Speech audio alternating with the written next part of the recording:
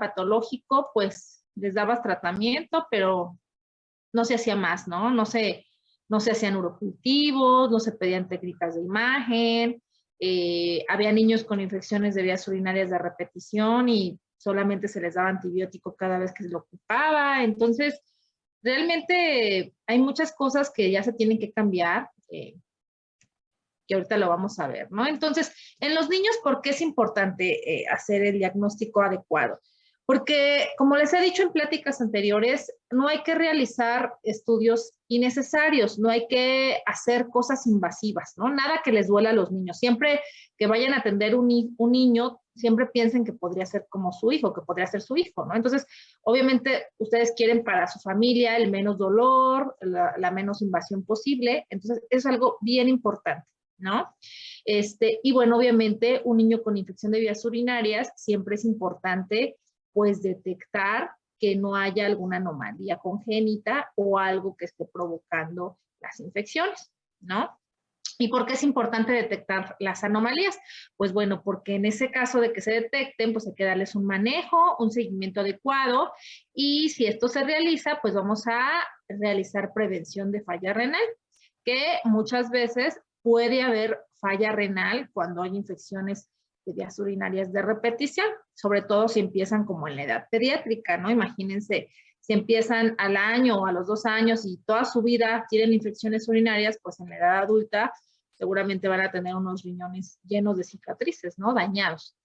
Y pues bueno, todo esto lo tenemos que hacer con la menor cantidad de trauma para el niño, menos dolor, menos radiación, ¿no? Y obviamente tratando de no pedir pruebas tan costosas que no sean como necesarias.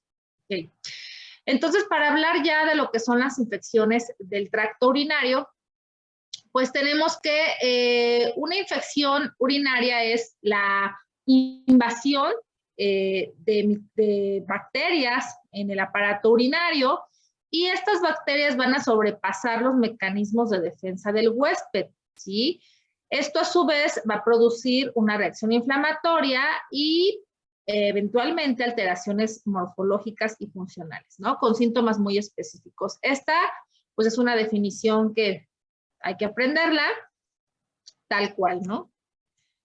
Y bueno, hablando específicamente en los niños, ¿no? Respecto a la epidemiología, las infecciones urinarias son el tercer lugar dentro de las infecciones pediátricas. Estas van a ir seguidas de las infecciones respiratorias y gastrointestinales, ¿no? Que serían antes que esta. Normalmente, cuando son neonatos en los primeros 6 meses de vida, el sexo que predomina de afección pues son los varones, ¿sí? Pero después del año de edad empiezan a incrementar las niñas, ¿no? Aquí tenemos una tablita donde tenemos como los grupos de edad, y si ustedes se fijan, esos son niños menores de 1 año, aquí va incrementando la edad hasta llegar a 16, que es más o menos la edad en la que nosotros seguimos viendo a los adolescentes. Y este es el porcentaje de afectación, ¿no? Si ustedes se fijan, en el primer año de vida, pues es discretamente mayor el predominio de sexo en los niños que en las niñas, pero a medida que van incrementando la edad, va a ir aumentando el porcentaje de mujeres pues con infecciones urinarias, ¿no? De tal manera que ya después de los 16 años, que ya sería en la pues ya adolescencia, casi juventud, pues ya prácticamente el porcentaje va a ser muy, muy elevado de afección en niñas que en niños. Y obviamente aquí, ¿cuál es el factor? Pues el tamaño de la uretra, ¿no? En las niñas, bueno, ya entrando a la adolescencia, todo lo que son los factores hormonales, inicio de vida sexual, ¿no? Todo eso puede hacer que incremente el porcentaje de mujeres afectadas, ¿no? Entonces, en general, el riesgo de infección de vías urinarias en la primera década de la vida es de 1% para los varones, de 3% para las mujeres, pero ya después de la segunda década va a ir incrementando en las niñas, de tal manera que de todos los que tienen infección, 4 son mujeres y 1 es hombre, ¿no? El uso indiscriminado de antibióticos, pues obliga a un correcto abordaje. Tenemos la necesidad de hacer un abordaje adecuado y no solamente limitarnos a dar antibiótico, ¿no? Bueno, la epidemiología. Esto es igual que en el adulto. La vía más común de infección, pues va a ser la vía ascendente. Ajá. Las bacterias ascienden de la uretra hasta vejiga y finalmente pueden llegar a dañar los riñones, ¿no? Pero también hay otras vías, ¿no? Por ejemplo, la hematógena, que esta vía es muy común en recién nacidos y neonatos, ¿no? Que generalmente la infección primaria pues puede ser sepsis, ¿no? Y por vía hematógena puede llegar a riñones, ¿no? Otras vías pues, pueden ser linfática o bien directa, ¿no? También hay una vía que es por continuidad, por ejemplo, en personas que tienen estreñimiento crónico, en niños que tienen estreñimiento crónico, pues es muy fácil que las bacterias salgan y que invadan lo que es la vía urinaria. Ajá.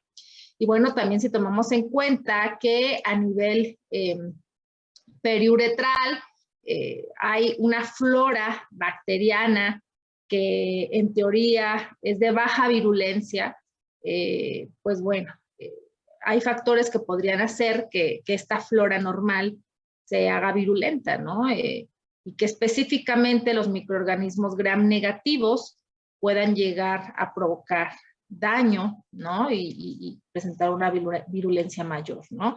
Entonces, pues bueno, especialmente el microorganismo más importante, pues sigue siendo también en los niños la E. coli, que tiene una capacidad muy, muy importante para llegar y ascender y pegarse al uroepitelio, ¿no?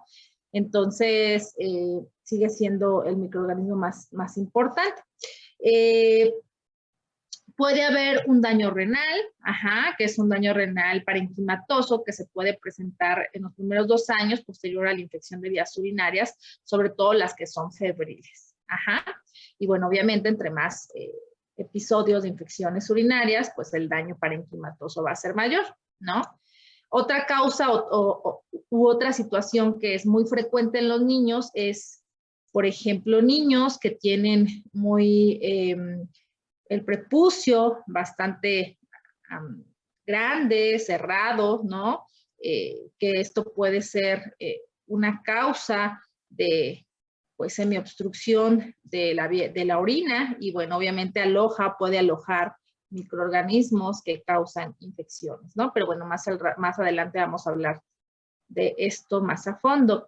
Y bueno, ¿cuáles pueden ser las complicaciones a largo y a mediano plazo de las infecciones de vías urinarias? Pues bueno, las más temidas pues son las cicatrices renales. Estas cicatrices renales normalmente forman una sustancia que se llama renina y esta renina pues es causante de la hipertensión arterial, ¿no? En poco porcentaje puede llegar a haber falla renal terminal, ¿no? Un 10% de los casos, pero esto generalmente se da pues cuando obviamente hubo muchas infecciones de vías urinarias a lo largo de la vida y bueno, va más asociada a malformaciones, ¿no? No es así como que me dio una infección de vías urinarias y ya me dio falla renal, pues no es así. Generalmente va asociada a algunas otras alteraciones morfológicas de la vía urinaria, ¿no? Pero bueno, siempre es importante saber que todo episodio de infección de vías urinarias no hay que minimizarlo, ¿no? Maltratada puede llegar a presentar cicatrices que pueden confluir y pueden hacer cicatrices más grandes, ¿no? Y bueno, al final reemplazan el tejido parenquimatoso. Ok, entonces, ¿cuáles son los factores de riesgo? Bueno, sabemos que E. coli es una bacteria que se puede volver muy patógena y que normalmente puede replicarse, por ejemplo, en orinas que están estancadas, ¿no? Cuando alguien no tiene como el hábito frecuente de ir a orinar de forma frecuente, esta bacteria puede replicarse, puede provocar infecciones, ¿no? Estos factores de riesgo pues también pueden tener estas situaciones como fiebre recurrente de etiología incierta, o sea, no todo episodio de fiebre puede ser igual a infección de vías urinarias, ¿no? Pero en un neonato, sobre todo si hablamos de neonatos de niños menores de 1 mes de edad, Todo neonato con fiebre sin ningún otro síntoma, le debemos descartar infección, ¿no? De vías urinarias. Ajá, porque pues, es el único síntoma que predomina, ¿no? Y sobre todo cuando es una fiebre recurrente. Son fiebres frecuentes, hay que hacer abordaje para ver que no tenga alguna malformación, ¿no? Si tuvo un diagnóstico prenatal, ya sea por ultrasonido, ¿no? De una normalidad renal, pues obviamente tiene que llevar un seguimiento. Eso ya lo hablamos en las primeras clases, ¿no? Y bueno, de los primeros síntomas que se presentan cuando hay una normalidad renal, pues son las infecciones urinarias. Estreñimiento, que ya sabemos, ¿no? Que el estreñimiento crónico, como les dije en la diapositiva anterior, pues puede provocar por la translocación bacteriana, ¿no? Por continuidad. Alteraciones en el vaciamiento vesical, muchas veces en los niños puede haber un poquito de retención urinaria, ¿sí? Es decir, que es normal cuando puede quedar un 5% de orina después de la micción. Un 5% de orina residual puede considerarse normal, pero arriba de ese porcentaje pues ya es algo patológico, ¿no? Que hay que ver qué problemas vesicales pudieran estar influyendo para que no se vacíe correctamente la orina. Ajá. Lesión espinal, que es algo como muy importante, cualquier lesión neurológica que altere la inervación de la vejiga, como la vejiga neurogénica, por ejemplo, pues puede tener este comportamiento, ¿no? Donde no hay vaciamiento vesical adecuado y obviamente si la orina no se vacía, va a ser orina que va a tener replicación bacteriana, ¿no? Falla de Medro, un paciente que no crece, es un paciente a que hay que descartar algún problema renal siempre, ¿no? Una de las principales causas de falla de Medro es algún tipo de enfermedad renal, ¿no? Entonces siempre hay que hacer abordaje a los niños que no crecen. Hipertensión arterial, ¿no? Si un paciente es hipertenso de primera vez, debut, ¿no? Siempre se tiene que hacer pruebas de función renal, ultrasonido y todo lo que se ocupa pues para descartar que no vaya a tener algún problema en los riñones. Cuando ya hay un antecedente de alguien en la familia que tuvo algún problema nefrológico como cicatrices renales, reflujo vesicoureteral, pues obviamente pues hay que hacer un abordaje de que alguien más en la familia no tenga esto.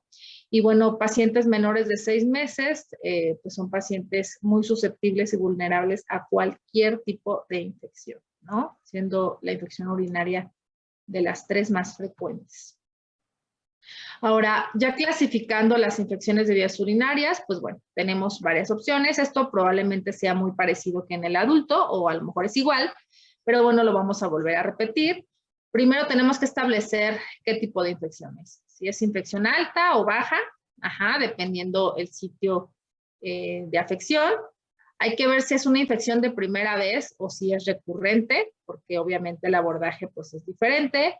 Si es una infección complicada o no complicada, o si es una infección atípica, ¿no? Ahorita vamos a definir cada una de ellas. Para empezar, bueno, primero vamos a hablar de la más importante, que sería la pielonefritis. La pielonefritis es la infección del tracto urinario superior, ¿no?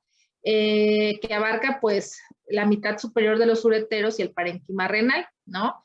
Este tipo de infección es bastante, pues, da mucha sintomatología, bastante aparatosa. En un niño puede provocar síntomas como fiebre, vómito, malestar general, dolor lumbar, dolor abdominal, afección sistémica, que estos síntomas pues pueden variar de acuerdo al grupo de edad, ¿no? Como les dije, en menores de 3 meses generalmente solo hay fiebre y puede haber vómito, pero ya en niños más grandes pues ya está prácticamente lo mismo que ocurre en el paciente adulto, ¿no? Son los mismos síntomas predominando pues el dolor lumbar. Y macroscópicamente, ¿cómo está la histología del riñón? Pues bueno, va a haber inflamación del parénquima renal, puede haber infiltración de células inflamatorias, puede haber pérdida de la arquitectura normal, tubular, y pues todo esto pues es bastante fácil de que cicatrice si no se realiza un tratamiento de forma oportuna. Ajá. Es muy aparatoso las pielonefritis y siempre el síntoma predominante va a ser la fiebre. Las pielonefritis causan cicatrices renales. Ajá, casi siempre causan cicatrices renales y obviamente el tratamiento es un tratamiento mucho más fuerte, mucho más agresivo y muchas veces intrahospitalario. Ajá. Y casi siempre que hay una pielonefritis, casi siempre hay un problema nefrourológico, ¿no? Es como un poco difícil que a cualquiera le dé una pielonefritis, ¿no? A cualquiera que no tenga algún problema nefrourológico, pero sí puede existir, ¿no? Y otro tipo de infección, pues son las cistitis, que las cistitis son las infecciones de vía urinaria baja, de la mitad del uretero hacia abajo, incluyendo vejiga. Y bueno, aquí pues presentan estos síntomas que se les denominan síntomas miccionales. Ajá, estos son los síntomas miccionales. Son como los síntomas como un poquito más aparatosos, ¿no? Que la gente le llama el mal de orín muchas veces, ¿no? Y bueno, aquí generalmente va relacionado con la frecuencia de las uresis, que generalmente son más frecuentes y es más de origen nocturno. Puede haber disuria, enuresis diurna o nocturna, puede haber dolor suprapúbico y puede haber intermitencia, ¿no? El síntoma característico es todos los síntomas miccionales, más la disuria, pero como característica es que rara vez va a haber fiebre. De hecho, casi nunca va a haber fiebre. Ajá. Este es las características de la cistitis. Y bueno, aquí vamos a tener una vejiga inflamada, ¿no? Que obviamente puede agrandarse un poquito y pues nada más, ¿no? La clasificación de acuerdo a los episodios. Pues bueno, vamos a suponer que tenemos detectada una infección del tracto urinario. Vamos a clasificarla como infecciones de primera vez y con infecciones recurrentes, ¿no? Y estas infecciones recurrentes pues pueden tener 3 tipos: bacteriurias no resueltas, bacteriurias persistentes o bien reinfección. Entonces, ¿qué es la reinfección? Reinfección es cuando ya tuviste un cuadro de infección de vías urinarias y vuelves a reinfectarte generalmente por otro microorganismo, ¿no? Infección recurrente es igual, cuando tienes infecciones de vías urinarias que se pueden presentar en un lapso de 6 meses, ¿no? Después del primer episodio, ¿no? Tenemos también persistencias bacterianas que muchas veces no son patognomónicas de infección urinaria, sino simplemente es la presencia de microorganismos en ausencia de síntomas, ¿no? Y no requieren muchas veces tratamiento hasta esperar a los urocultivos, pero si no hay síntomas es como complicado la decisión de dar antibióticos, ¿no? Esto es algo que lo vamos a ver al final. Las bacteriurias asintomáticas que muchas veces son como un enigma si se les da tratamiento o no se les da tratamiento. En los niños es otro boleto, ahorita lo vamos a ver más específicamente. Las IBUs no complicadas, que generalmente son las cistitis, y las IBUs complicadas, ¿no? Ahorita vamos a ver un poquito de cada una de ellas. Y bueno, otro tipo de definición, pues son las infecciones de vías urinarias atípicas. Ajá. ¿Cuáles son las atípicas? Pues generalmente son las que te llevan a una enfermedad grave. Ajá. Pueden haber problemas de flujo urinario, podemos encontrar presencias de masas abdominales o vesicales. Aquí inmediatamente hay que hacer estudios de imagen, pues para descartar que no haya algún absceso renal, ¿no?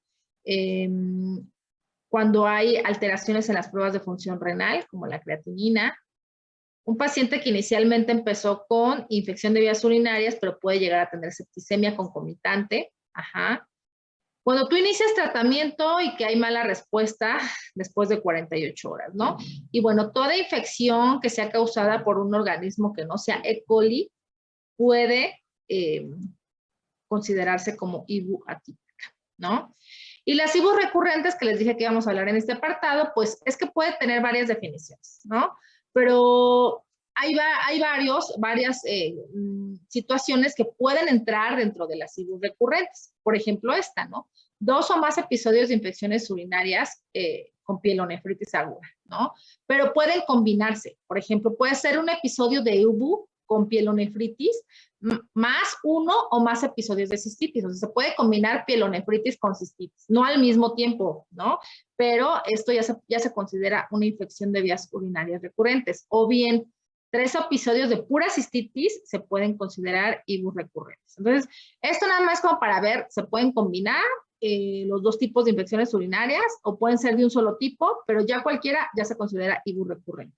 Ajá, y que generalmente pueden ser, el tiempo puede ser variable, es diferente que en el adulto, ¿no? Pero, por ejemplo, en el niño, 2 en un periodo de 6 meses o 3 al año ya se considera IBU recurrente, ¿no?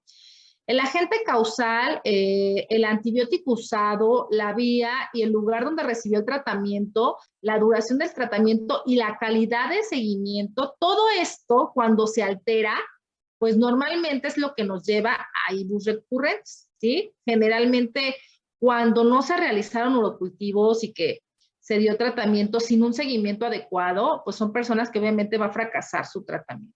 Ajá, entonces, esto lo tenemos como que tener muy en cuenta, pues para que nuestra infección se cure, ¿no? Porque muchas veces, pues llegan al consultorio, les damos antibiótico, pero no les damos un seguimiento adecuado, ¿no? No corroboramos que realmente se haya curado de la infección. Y obviamente, si no completa el tratamiento o sigue el microorganismo presente, va a volver a ocasionar un cuadro, ¿no?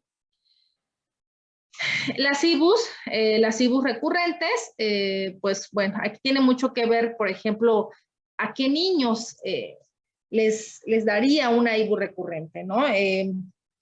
Se habla de que pues los niños pueden tener derecho a una infección de vías urinarias en cualquier etapa de su infancia, ¿no? Una sola. Ya después de una ya no es normal. Casi siempre la primer causa de infección de vías urinarias en la infancia son malos hábitos higiénico-dietéticos, ¿no? Que generalmente los niños se aguantan las ganas de ir al baño por estar jugando, o se manipulan con las manos sucias, y bueno, las otras cosas que ya habíamos hablado, ¿no? Estreñimiento, todo eso puede favorecer a la presencia de infecciones, por ejemplo, malos hábitos, que no tomen suficiente líquido, todo eso en los niños pues puede favorecer las infecciones. Ajá. Pero todos tienen derecho, por decirlo así, a una infección. Cuando tú haces corrección de los hábitos y a pesar de eso el niño se sigue infectando, pues ya no es normal. Hay que hacer un abordaje completo, pues para ver qué es lo que está pasando, ¿no? Si tiene alguna malformación, algún problema con la dinámica de salida de la orina, o con un problema en las presiones vesicales, ¿no? Todo eso puede ser causa de infección de vías urinarias, ¿no? Y cuando vimos el tema de malformaciones urinarias, cualquiera de todas las malformaciones que hablamos, puede ser el primer síntoma o el síntoma de presentación, las infecciones de vías urinarias, ¿no? Entonces, generalmente con una primera infección no hacemos todo el abordaje, ¿no? Damos por hecho que puede ser secundario a malos hábitos, pero después de una segunda infección, por supuesto que se tiene que hacer un correcto abordaje. Ajá. Entonces, aquí puse esto que son como lo que puede influir a que haya presencia de IBUs recurrentes en los niños, ¿no? Por ejemplo, la edad, pues entre más chiquito está el paciente y que ya haya tenido episodios de infección, pues puede tener mayor riesgo. Por ejemplo, niños que todavía usan pañal o que tienen problemas con el control de esfínteres, pues van a ser niños que pueden tener un poquito más de predisposición. El sexo, que ya dijimos que las mujeres pueden tener más posibilidades de infecciones que los niños. El estado nutricional, pues bueno, obviamente a mayor desnutrición, pues tiene disminución de los mecanismos de defensa y va a ser un niño que va a tener más posibilidades de cualquier tipo de infección, no solamente infección urinaria. Y bueno, esto ya hablando de lo que ya podría ser patológico y ya no tan normal, es cuando un paciente pudiera tener alguna anomalía morfológica de las vías urinarias, cuando el agente causal de primera vez no fue E. coli, ¿no? Generalmente esto puede causar infecciones más recurrentes. Si es un paciente que usó un antibiótico, hay personas que siguen indicando antibióticos de forma indiscriminada, sin un urocultivo, y no dan el seguimiento, ¿no? Como ya lo comenté en las diapositivas anteriores. Un paciente que ya tuvo una infección de vías urinarias, pero que no respetó muchas veces la duración del tratamiento. Muchas veces cuando son pacientes ambulatorios, a veces hay necesidad de indicar medicación intramuscular. Ajá. Denme un segundo, por favor. Permítanme.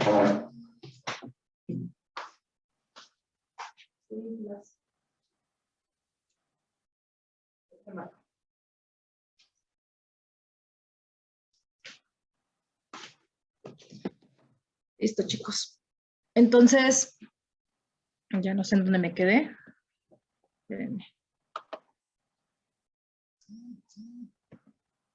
Ahí me quedé, ¿verdad? Ok, entonces, ya habíamos hablado, ¿no? Que, por ejemplo, la calidad del seguimiento y, bueno, los pacientes, los adolescentes, ¿no? Con inicio de historia sexual, generalmente las mujeres son las que empiezan con infecciones de vías urinarias, ¿no? Y generalmente va asociado a la higiene, ¿no? Ahora, los factores de riesgo respecto, por ejemplo, a los pacientes que tienen nefropatías o problemas urológicos, pues tenemos 3, ¿no? La disfunción de la vejiga, ¿no? Que no voy a abordar eso porque no me toca a mí, eso es algo de urología, pero, por ejemplo, la vejiga neurogénica, ¿no? Que en los niños es muy, muy frecuente que se haga diagnóstico, ¿no? Sobre todo niños que tienen estreñimiento y problemas de incontinencia urinaria, ¿no? O muchas veces, más que incontinencia, la retención de orina. Ajá.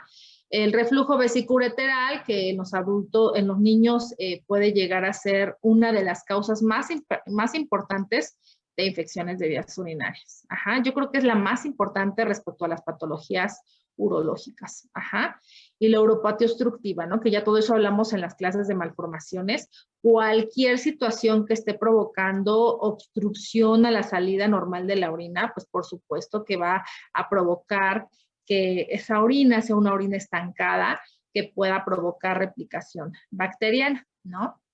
Entonces, todo esto pues puede influir, ¿no? Por ejemplo, pacientes con IBUS previas, que ya habíamos hablado, ¿no? Que ya tengan un diagnóstico prenatal bien establecido de alguna anomalía, antecedentes familiares de reflujo vesicoureteral, que alguien más en la familia lo tenga, presencia de globo vesical o más abdominal, ¿no? Que puede hablarnos no solamente de un problema agudo, ¿no? Por ejemplo, no solamente de un absceso renal, ¿no? Sino, por ejemplo, nos puede hablar de que la vejiga tiene un problema, ¿no? Quien hace globo vesical, quien hace retención urinaria, no es normal. Ajá. Hay que hacer un abordaje de por qué está haciendo retención urinaria. Pacientes de primera vez con diagnóstico de hipertensión, pues obviamente siempre se debe de descartar un problema nefrourológico, algún problema de disfunción vesical o esfinteriana, que normalmente lo veríamos en pacientes con alteraciones en los controles de esfínteres, y bueno, problemas de la médula espinal que bueno, pueden llevar a una vejiga neurogénica, ¿no? Y bueno, ¿en quiénes vemos IBUS complicadas y no complicadas, no? Por ejemplo, las complicadas son más frecuentemente que se vean en recién nacidos. Al igual las pielonefritis, pues muchas veces son infecciones que pueden llegar a presentar abscesos renales, ¿no? Y obviamente pues son complicadas. Casi todas las que son superiores tienen más riesgo, ¿no? Las inferiores se pueden complicar, pero realmente no tanto como las superiores. Y bueno, las no complicadas pues son las infecciones de vías urinarias donde tienes una vía urinaria normal, ¿no? Que no tienes un problema urológico. Son pacientes que no tienen alteraciones en la función renal y que tienen su sistema inmune competente, ¿no? Entonces es más fácil que se les haga un correcto abordaje y un buen tratamiento y que no tengan recurrencia que las complicadas, ¿no? Bueno, etiología. Casi siempre, en un 75% de los casos, es causada por un solo germen. Ajá, igual que en los adultos, que ya habíamos dicho que el más importante es E. coli, ¿no? En un 86 al 90% de los casos.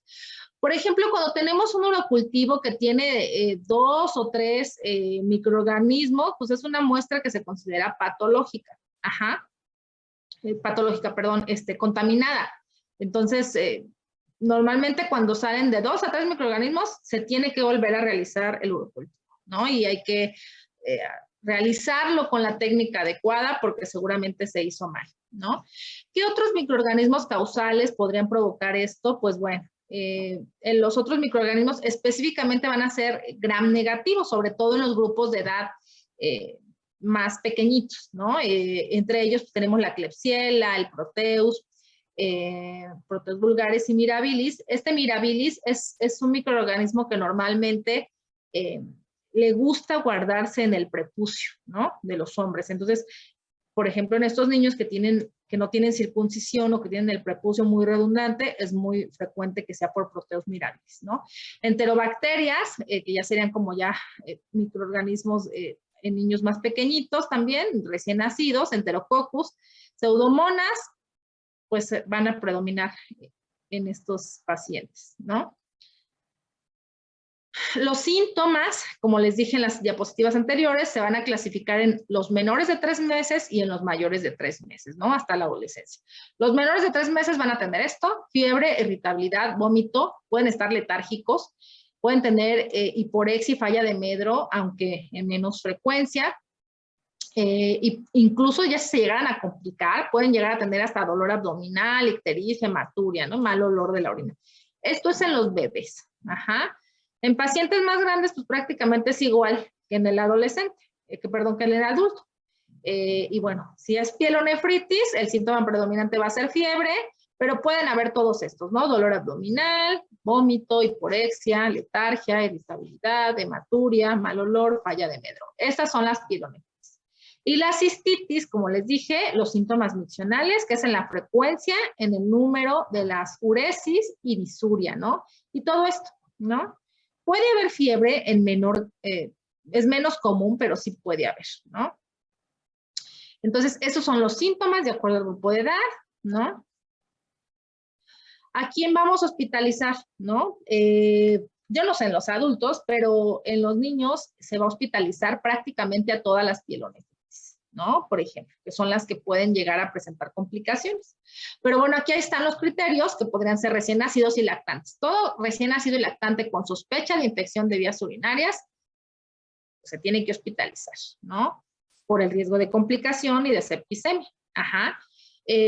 Un paciente que tenga fiebre persistente con compromiso importante del estado general, por ejemplo, hiperemesis, ¿no? Que esté con vómitos frecuentes y que impidan la correcta administración del tratamiento vía oral, pues es un paciente que si no toma el medicamento no se va a curar, ¿no? Y se puede complicar. Entonces, requiere tratamiento intravenoso, se tiene que hospitalizar.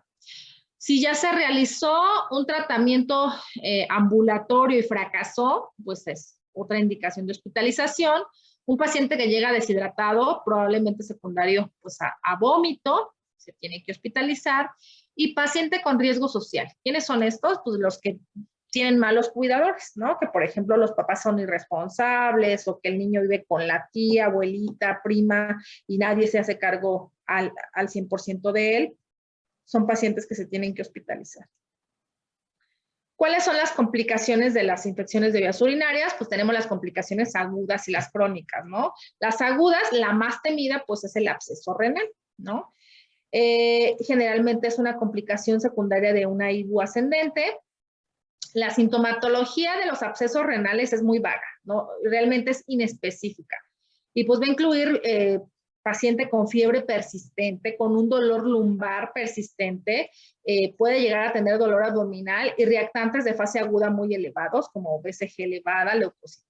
Ajá, y bueno, a la palpación puede llegar a tener mucho dolor en la fosa renal que se está tocando. Se puede llegar a sentir abultamiento, sí. El diagnóstico del absceso renal es con ultrasonido y bueno, si se quiere documentar también con TAC, se puede hacer. Y bueno, los microorganismos que generalmente llegan a estar relacionados con abscesos renales, pues va a ser el Staphylococcus aureus y el Escherichia coli, ¿no? El primero en caso de vía de diseminación hematógena y la E. coli en caso de vía ascendente. El tratamiento del absceso renal es un tratamiento que tiene que ser intravenoso y generalmente es un tratamiento que puede llegar a durar hasta de 3 a 6 semanas, ¿no? Si no se quita el absceso renal, muchas veces si el absceso es bastante grande y el paciente tiene mucho riesgo de sepsis o de diseminación de este foco infeccioso, pues son pacientes que muchas veces pueden llegar a requerir nefrectomía. Ajá, entonces, pues bueno, a veces donde el tratamiento es suficiente. Por eso se tienen que estar realizando pruebas de imagen seriadas, ¿no? Para ver que el absceso vaya disminuyendo de tamaño. La nefronia lobar, que es un paso intermedio entre el absceso y la pielonefritis, ¿no? Cuando una pielonefritis no se cura, progresa a nefronia. La nefronia progresa a absceso renal. Entonces, es un punto intermedio. Ajá.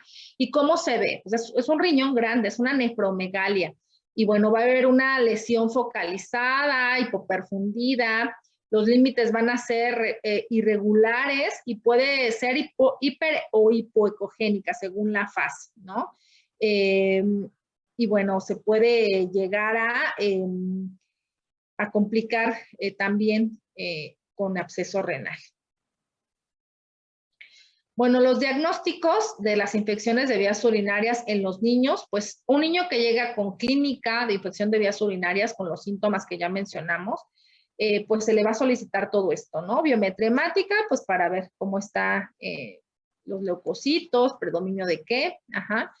Generalmente, hemocultivo, la verdad es que es bastante raro, a menos que sea el paciente hospitalizado, ¿no? Y de hecho también la biometría hemática, a menos que sea un paciente hospitalizado y que sea pielonefritis, ajá. Cuando no es así, se pueden pedir estos también, examen general de orina, urocultivo. Ustedes tienen que enseñarse a pedir urocultivos a todos los pacientes con infección de vías urinarias. No se limiten a solamente dar tratamiento para la infección y dejar ir al paciente, ¿no? Entonces, sí se le tiene que dar tratamiento, no se van a esperar hasta que esté el resultado del urocultivo para darle tratamiento. Ustedes le van a dar el tratamiento que ustedes consideren antibiótico y el paciente tiene que regresar a los 3 días con su urocultivo, ¿no? Si el paciente en su urocultivo dice que el antibiótico que ustedes le dieron es sensible al tratamiento, pues va a continuar con el tratamiento de 7 a 10 días, pero si no es sensible, pues van a tener que cambiar el antibiótico, pero se tiene que empezar cuanto antes. Ajá, entonces acostúmbrense siempre a pedir urocultivos a todos los pacientes, ¿no? Esto también se pide generalmente ya cuando están hospitalizados, que son los reactantes de fase aguda, ¿no? La proteína C reactiva, la velocidad de sedimentación globular. El coproparasitoscópico se puede pedir en pacientes en los que sospechamos que tengan una infección o una parasitosis, ¿no? Concomitante, pero digo, no es así como específico que tengamos que pedir coproparasitoscópico siempre, ¿no? Se puede valorar si es necesario. Y bueno, si tiene fiebre, pero no tiene otro síntoma, entonces siempre tenemos la obligación de descartar que el paciente no tenga otro proceso infeccioso, ¿no? Si el único síntoma que tiene es fiebre, entonces se tiene que hacer, pues obviamente una revisión minuciosa. Si tú detectas que tiene, por ejemplo, hiperemia faríngea o algún problema en el oído o que trae tos, pues bueno, ya descartaste que es una IBU, ¿no? Si ya revisaste bien al paciente, no tiene ningún síntoma y solo tiene fiebre, pues sí es probable que sea IBU, ¿no? Y si tú lo quieres corroborar, pues hay que hacer el examen de orina y el urocultivo. Y bueno, lo tienes que revisar bien a tu paciente pediátrico, ¿no? Siempre tienes que tocar las fosas renales, que generalmente en un paciente con infección urinaria, pues es una masa renal palpable, van a doler, los riñones van a estar inflamados, la vejiga también se puede palpar. Estigmas de espina bífida, pues bueno, la espina bífida no se detecta generalmente, muchas veces no se detecta de forma inmediata, ¿no? Pero por ejemplo son pacientes que pueden llegar a tener antecedentes de que tuvieron algún problema al nacer, como onfalocele o alguna situación en la que estuviera involucrado lo que es la espina, ¿no? Hay que revisar bien genitales en los niños. Muchas veces, pues nos da pena o a los niños les da pena, pero generalmente un niño menor de 6 años se va a dejar revisar bien, ¿no? De todo lo que tú le quieras revisar. Ya los que son mayores de 6 años ya no se dejan o les da pena, ¿no? Pero siempre tiene que ser igual que en el adulto, ¿no? Acompañado de la mamá o del papá, con mucho cuidado, con guantes, tratar al niño pues con mucha calma y tranquilidad, y si él no quiere hay que respetarlo, ¿no? Pero siempre se debe de revisar lo que son los genitales, ¿no? El anito del paciente, hay que revisar todo eso porque muchas veces pueden llegar a tener alguna fístula, alguna malformación, sobre todo en genitales, ¿no? Por ejemplo, fimosis, las niñas pueden llegar a tener problemas, adhesión labial, problemas con la circuncisión, o sea, si el niño ya recibió una circuncisión, puede haber infección, ¿no? Muchas veces hay estenosis del meato urinario, a lo mejor no total, pero sí parcial. Algún problema urogenital anormal, ¿no? Malformaciones, vulvitis, cervicovaginitis en las niñas, que no es tan común, pero sí puede haber. Entonces, siempre hay que revisarle su área genital con mucho, mucho cuidado. Y a todos los niños, como ya les había dicho también en clases previas, hay que checarles la tensión arterial siempre con el manguito adecuado. Tenemos 3 tamaños de mango en los niños, que es el manguito neonatal, el manguito pediátrico y el del adolescente, que ya es igual al del adulto. Ajá. Los neonatos, pues la verdad es que casi no se dejan revisar la presión arterial porque están llore, llore, llore, y es muy difícil escuchar con el llanto del niño, ¿no? Pero bueno, ahí no las ingeniamos para que se calmen, ¿no? Y bueno, el diagnóstico normalmente se puede hacer con 3 métodos. A nivel ambulatorio, pues se hace con el examen general de orina obtenida del chorro medio. Esto es bien importante para ustedes y seguramente ya lo vieron también en su clase de IVO en adultos, ¿no? Pero ustedes no pueden seguir haciendo lo que hacen todos los médicos, de por ejemplo, cuando va un paciente a su consulta y ustedes le dicen, tómese un examen general de orina, pero ni siquiera le dicen cómo se lo debe de tomar, ¿no? O sea, llegan al laboratorio o les dan su frasquito o lo ponen en un frasquito de Gerber que ni lo lavaron bien o como sea, ¿no? Todo eso da falsos.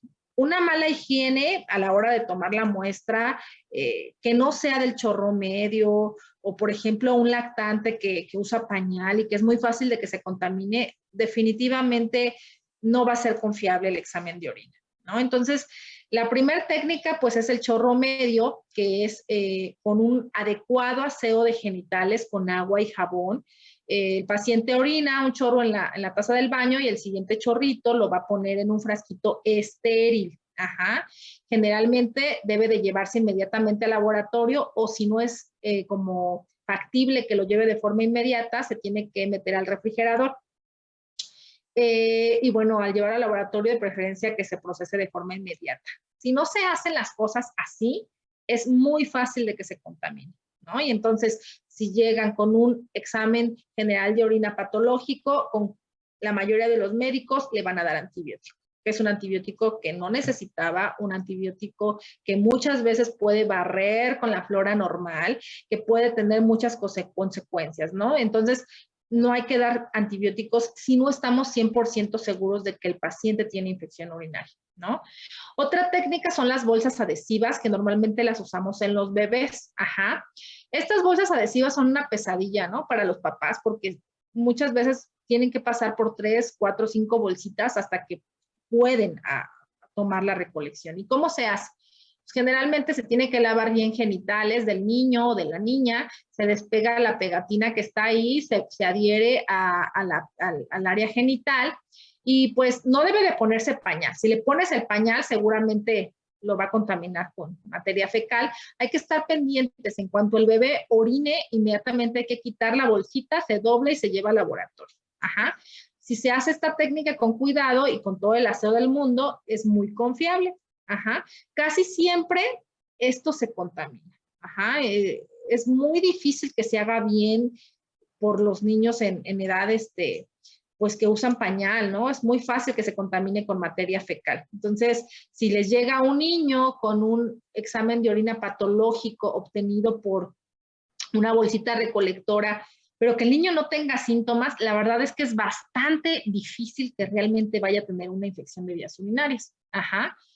Otra técnica es la punción suprapúbica, ¿no? Que es cuando, pues, el niño generalmente está hospitalizado, el niño tiene tiene fiebre y tú quieres documentar que el foco de específico, pues se puede hacer punción, ¿no? Esta es una técnica que tiene que ser, pues, con experiencia de la persona, ¿no? A nivel hospitalario. Y bueno, normalmente no debe de haber nada de bacterias. Si tú tomas esto con buena técnica, no debe de haber nada de bacterias. Es muy confiable, es el método, digamos, que más confiable, pero bueno, sí es traumático para el niño, ¿no? Casi, casi lo tienes que sedar porque pues, no se va a dejar. Ajá. El cateterismo, que pues generalmente es introducir una sonda urinaria por el meato urinario, es un método que también se puede realizar en hospitalización y es menos invasivo que el cateterismo y también se debe de realizar un correcto aseo de los genitales y hacer lo que es la introducción de la sonda y bueno, ya es bastante confiable también el resultado, ¿no?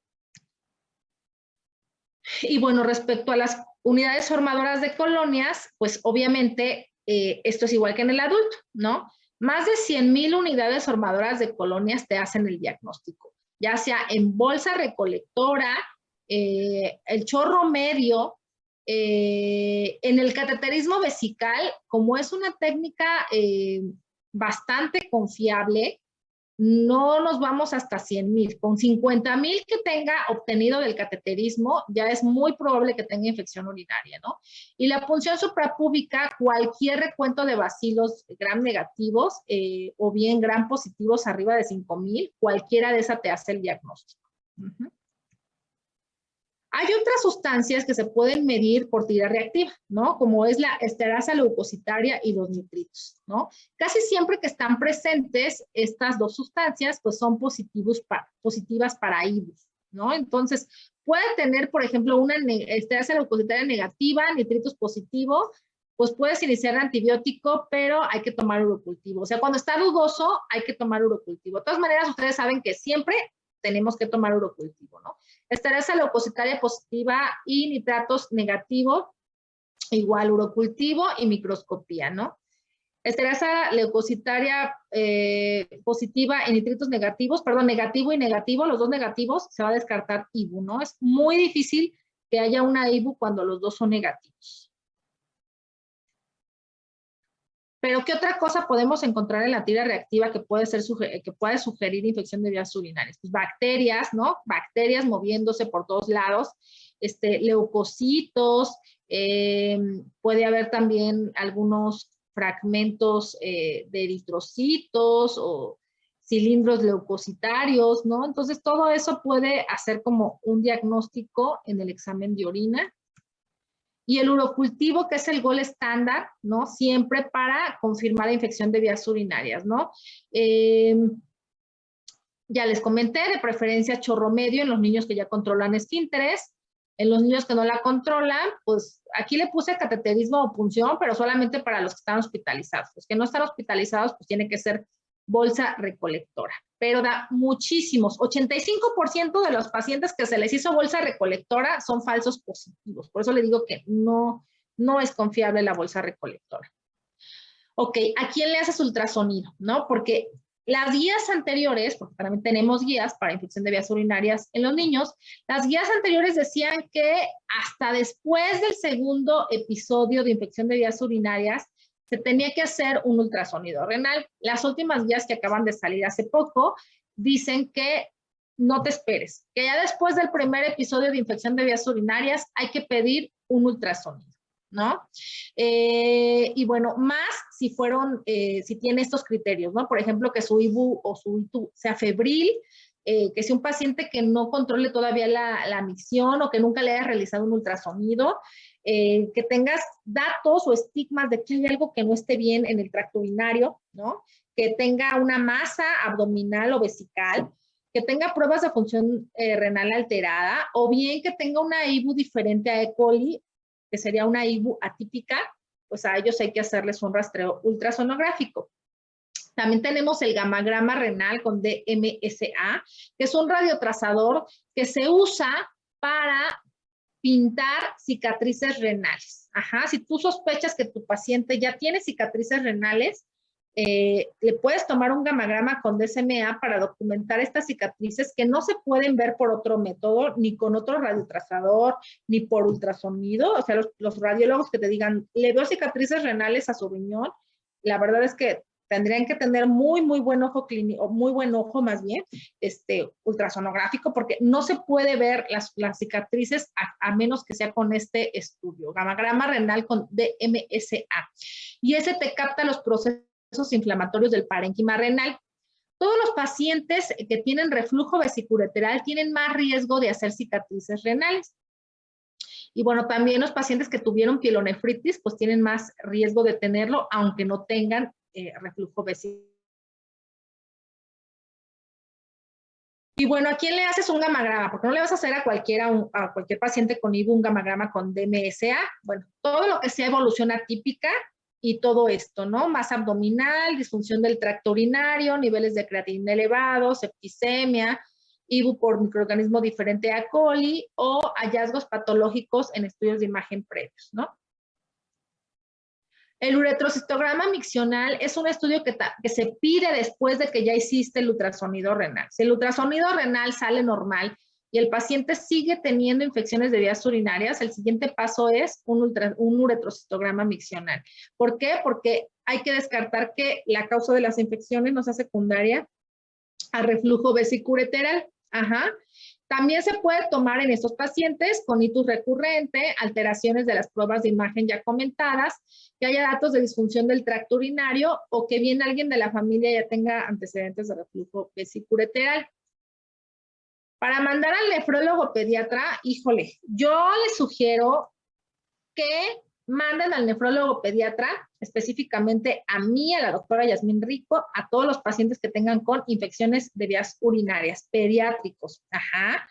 Porque muchas veces, como les dije, solamente nos limitamos a dar tratamiento antibiótico, pero acuérdense, toda nefropatía o problema nefrourológico que no se ha detectado en la infancia, va a ser un paciente que seguramente va a tener algún grado de enfermedad renal en la edad adulta, ¿no? Entonces, si en nuestras manos está que un especialista haga un correcto abordaje del paciente y que pueda decir, este paciente está libre de problemas nefrourológicos, no tiene cicatrices renales, es un paciente que puede, digamos que, estar seguro de que no va a tener algún problema en un futuro, al menos desde el punto de vista de algo que haya ocurrido en la infancia, pues bueno, ¿no? Entonces, pero bueno, si hay algunos criterios que pueden ser como de mucha ayuda para con mayor razón mandarlos, ¿no? Por ejemplo, infecciones de vías urinarias febriles o menores de 2 años, infecciones de vías urinarias recurrentes, infecciones urinarias atípicas, problemas estructurales o funcionales, pacientes que ya tengan algún grado de daño renal confirmado por marcadores o bien por problemas en la orina. Ajá. Pacientes hipertensos con retraso en el crecimiento, acuérdense, este es un punto bien importante y ya se los dije en diapositivas anteriores, pero se los quiero volver a decir. Un paciente pediátrico que no crece, descártale problema renal, siempre, ¿no? Siempre, siempre. Entonces, paciente con retraso al crecimiento, mándalo al nefrólogo. Ajá. Antecedente, no propiamente puede ser insuficiencia renal, falla renal, como le llaman ahora, sino puede ser muchas cosas, ¿no? Puede ser acidosis tubular renal, puede ser presencia de infecciones de vías urinarias de repetición, que están dejando cicatrices renales, etcétera, ¿no? Entonces, eso háganlo en todos los pacientes pediátricos que tengan, que no crecen. Pacientes con antecedentes familiares de enfermedades nefrourológicas o de enfermedad renal, todo paciente que tenga un familiar de primer grado con enfermedad renal crónica, tienen que llevarlo a valoración por un nefrólogo pediatra, ¿no? Y bueno, que el familiar esté como muy ansioso y quiere ir con el especialista, pues ya, con eso se ganó su boleto al nefrólogo pediatra. Ahora, para el tratamiento. ¿Cuál es el tratamiento adecuado? Primero tienes que saber cuál tipo de bacteria es y cuál es la susceptibilidad in vitro, ¿no? Esto obviamente con el urocultivo. Hay que ver si la infección es alta o baja. Hay que ver que el paciente no tenga, por ejemplo, problemas con el antibiótico que van a elegir, que no tenga alergias, que ese antibiótico tenga mejor tolerancia. Hay que ver la edad del paciente, no a todos los pacientes le vas a dar el mismo antibiótico. Hay varias recomendaciones en los niños. Acuérdense, el tratamiento es diferente en niños y en adultos, ¿no? Estos son los antimicrobianos más frecuentes usados en pediatría, ¿no? Pero siempre tiene que ver si es alta o baja la infección, ¿no? Por ejemplo, la nitrofurantoína, esta es la dosis que se usa, de 5 a 7 miligramos kilo día, se fracciona cada 8 o cada 12 horas por vía oral. Trimetoprim se puede usar, cada vez lo usamos menos porque es muy, muy ligado al síndrome de Steven Johnson, entonces casi no lo usamos, nos da la verdad mucho temor en los niños, también en el adulto, pero bueno, en los niños lo hemos visto. Cefalosporinas de primera y segunda generación como cefadroxilo, cefixime, cefuroxime, cefodoxime, cefotaxima, que ya serían de tercera generación, ceftriaxona, las amikasinas, que son los aminoglucósidos junto con la gentamicina, pero obviamente esto lo usamos con mucho cuidado porque ya acuérdense que son nefrotóxicos a altas cantidades, ¿no? Entonces se usan con mucho cuidado y generalmente no se usan solitos, casi siempre van asociados con otro antimicrobiano, ¿no? Y estos generalmente no se usan tantos días, generalmente los usamos de 3 a 5 días, ajá, y después se continúa con el otro, ¿no? Ciprofloxacino, que hace muchos años se había definido que en los niños no se debía de usar el ciprofloxacino por el riesgo de afección para el cartílago de crecimiento. Hace algunos años se estableció que no es cierto, que no interfiere para nada en el crecimiento de los niños, así que se puede usar de forma segura cualquier tipo de quinolona, ¿no? Y son bastante buenas. Y bueno, estas son las recomendaciones, ¿no? La recomendación inicial para la mayoría de los pacientes con IBU son las cefalosporinas o los aminoglucósidos, ¿no? Algunas alternativas son amoxicilina con ácido clavulánico, se puede usar, aunque estas son más específicas para infecciones de vías respiratorias, pero se pueden usar sobre todo si el urocultivo no lo indica. Estas recomendaciones son para pacientes en los que no tenemos urocultivo, ¿sí? O sea, si ya tienes tu urocultivo y ya tienes el microorganismo causal, pues ya sabes que le tienes que dar, ¿no? Si no tienes urocultivo, apenas llegó el paciente, le vas a dar tratamiento y obviamente le vas a realizar el urocultivo para estar segura que tu antibiótico sea el adecuado, pues empiezas con estas recomendaciones, ¿no? Entonces acuérdense, inicial, cefalosporina o aminoglucósido. Generalmente, cuando es una cistitis, puedes usar una cefalosporina de segunda generación, de primera instancia. Cuando son pielonefritis, te vas a cefalosporina combinada con aminoglucósidos. Generalmente, obviamente, esto es en pacientes que requieren hospitalización, ¿no? A los niños chiquitos, que son niños menores de 2 meses, hay que darles ampicilina, que yo sé que, por ejemplo, las ampicilinas pues ya quedaron en el olvido, ya casi no se usan, pero en los niños menores de 2 meses el microorganismo más frecuente es el enterococo. Entonces, la ampicilina es la que tiene cobertura adecuada para el enterococo. Las pielonefritis, como les dije, casi siempre se tienen que tratar a nivel hospitalario, pero si por alguna situación, digamos que el paciente tiene buena tolerancia a la vía oral, y tiene una buena red de apoyo social, pues se puede tratar con esquemas, por ejemplo, ambulatorios de medicamentos vía oral por 10 a 14 días, o bien se puede poner ceftriaxona intramuscular, ¿no? Eso se puede usar en pacientes con pielonefritis. Esto ya se los había comentado. Inicialmente se puede dar cefixime o amoxicilina. Hay mucha controversia, por ejemplo, en el tiempo en el que debe de usarse el antibiótico. Hay unos que dicen que de 5 a 7 días, otros que de 7 a 14 días, pero la verdad es que con que lo des de 7 a 10 días es bastante efectivo, ¿no? Monodosis en pacientes con pielonefritis no se recomienda, ¿no? Y generalmente, por ejemplo, tratamientos de cada 24 horas tampoco no es tan efectivo. Para las infecciones bajas o cistitis, estos son los tratamientos de mayor recomendación: amoxicilina, cefaclor, nitrofurantoína. Esto es para las bajas. Tratamiento de segunda línea, las quinolonas, ¿no? Que se puede usar tanto en cistitis como en pielonefritis, ¿no? Esa se puede combinar, bueno, se puede dar a los dos.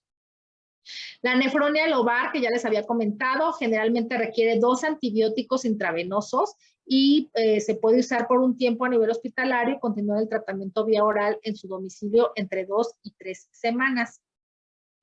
La bacteriuria asintomática, ¿se trata o no se trata? Bueno, ya no les voy a hacer el cuento largo, no se trata la bacteriuria asintomática. ¿Qué es la bacteriuria asintomática? Es la presencia de un urocultivo positivo en ausencia de síntomas. Ajá. Esto no requiere tratamiento, se estableció que tú puedes provocar más colonización de la vejiga por bacterias que no son virulentas y bueno, esto puede provocar más daño, ¿no? Entonces es mejor no dar antibiótico en las bacterias asintomáticas. Se ha establecido el papel de algunos medicamentos nefroprotectores en niños con infecciones de vías urinarias de repetición, como la vitamina A, y estos otros que se han llegado a utilizar con buenos resultados, prednisolona, dexametasona, allopurinol, pero bueno, no hay como nada claro de las dosis, cuánto tiempo, solo sé que se ha usado en pacientes con infecciones de vías urinarias de repetición. La profilaxis antimicrobiana, ¿a quién se la das? Bueno, pacientes que han tenido cuadros de vías urinarias de repetición en los últimos 6 meses y que se ha establecido que pueden tener una patología nefrourológica, son pacientes candidatos a profilaxis antimicrobiana, ¿no? Aunque si tú se la das, no, digamos que no está... no es una garantía que no vayas a tener infección de vías urinarias, ¿no? Ya habíamos hablado también que en pacientes con reflujo de Velevia moderado puedes usar a profilaxis, eso ya lo hablamos, la bacteriuria asintomática no requiere tratamiento. La circuncisión, que es algo que muchas veces todavía está en controversia, a quién hacerle la circuncisión, a quién no. Las últimas guías dicen que a todos los niños, si no tiene problemas, por ejemplo, para orinar o si no tiene antecedentes de infecciones de vías urinarias, ya no se realiza de rutina la circuncisión. No se debe de realizar de rutina. Los ejercicios que se realizaban antes a los niños para bajar el prepucio ya no se usan, ¿no? Ya se estableció que le haces más daño tú al niño tratando de forzar el prepucio, le ocasionas sinequias y eso forma cicatrices y puedes estar haciendo un círculo vicioso en ese prepucio, ¿no? Entonces, debes de dejar tranquilo al niño hasta que tenga más o menos 4, 5, 6 años, ya se debe de establecer si aún requiriera algún tipo de corrección, pero si es un niño que no tiene infecciones, que no se tapa para orinar, no es conveniente ya hacerla, ¿no? No se recomienda la profilaxis antibiótica a los niños con un solo cuadro de infección urinaria. Y bueno, hay otras alternativas, por ejemplo, las vacunas. Hay vacunas con cepas uropatógenas que se han usado en pacientes con IBUS de repetición, dan excelentes resultados. Algunas otras cosas como la vitamina C, el jugo de arándanos y probióticos nos han ayudado mucho a prevenir las infecciones. Y por último, las medidas higiénico-dietéticas, pues todo esto, ¿no? Que ya de rutina lo decimos cuando hay un paciente con infección de vías urinarias, el aseo adecuado, muchos líquidos, tratar el estreñimiento y bueno, el papel de la circuncisión ya lo comentamos. Ok, chicos, ahora sí platíquenme. ¿Alguien tiene algo para aportar o alguien leyó algo o alguien tiene dudas? Perdón, me fui muy rápido a las últimas diapositivas, pero ya nos pasamos del tiempo.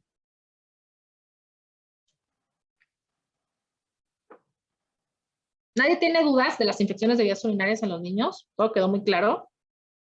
Yo, doctora, en el medicamento leí un artículo que ya en primera, se les da cefotaximina en vía parental y vía oral cefixima. ¿Leíste un artículo que decía que le tienes que dar cefixima vía oral y cefalosporina intravenosa? ¿A quién? No te entendí bien, perdón. No, viene como en general a los niños, sin importar la edad. Ah, no, pues tu artículo está muy mal. O sea, no es como que sea una receta de cocina y que a todos les tengas que dar siempre lo mismo, que era lo que les decía, ¿no? No puedes empezar siempre, tienes que ver qué grupo de edad tiene y de acuerdo al grupo de edad, cuáles son los microorganismos causales más comunes, que casi siempre todos los grupos de edad es E. coli, pero en los pacientes neonatos, pues son más como las enterobacterias, ¿no? Que generalmente se cubren más con ampicilina. Y lo que dije en el tratamiento, ¿no? Casi siempre es empezar a los niños mayores de un mes, que ya no es como enterobacterias, empezar con cefalosporinas de segunda generación. Ajá, eso sí, a menos que sean pielonefritis, pues ya te vas a las de tercera generación, ¿no? Pero tienes una diversidad de tratamientos que te puse ahí en la tabla, o sea, quinolonas, fosfomicina, que antes no se usaba ya tanto, es un antibiótico viejísimo, la fosfomicina, y se dejó de usar muchísimos años, ¿no? Pero los últimos años, que les platico, 4, 5, 6 años, está resurgiendo porque se ha visto que la fosfomicina tiene excelentes resultados con E. coli, ¿no? Entonces, específicamente para infecciones de vías urinarias, la fosfomicina es un antibiótico bastante bueno, sobre todo cuando son infecciones no complicadas, ¿no? Entonces, acuérdense, siempre dar tratamiento cuando se hace diagnóstico, pero siempre el urocultivo. El urocultivo es el que te dice qué es el antibiótico, cuál es el antibiótico adecuado. Y otra cosa, ya cuando hayan completado su tratamiento de 7 a 10 días, se esperan un tiempo, no sé, 5 o 10 días, y hay que realizar otro examen de orina y otro urocultivo para estar seguros de que quedó completamente erradicada la infección, ¿no? Siempre, siempre.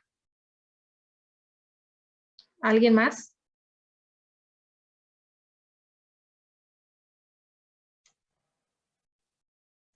¿No? Bueno, muy bien. Entonces, me mandan su resumen. Si quieren, mándenmelo hasta mañana, bueno, ya cuando hayan presentado su examen, ¿sale? Para que tengan tiempo de estudiar. Y de todas maneras los veo mañana. Mañana vamos a empezar con nefrítico y nefrótico en pediatría, que es muy parecido al adulto, pero tiene también algunas particularidades, ¿no? Entonces, a ver si mañana podemos ver 2 horas, ¿sale? Suerte a su examen. Nos vemos. Sí, doctora, gracias. Gracias, doctora. De nada.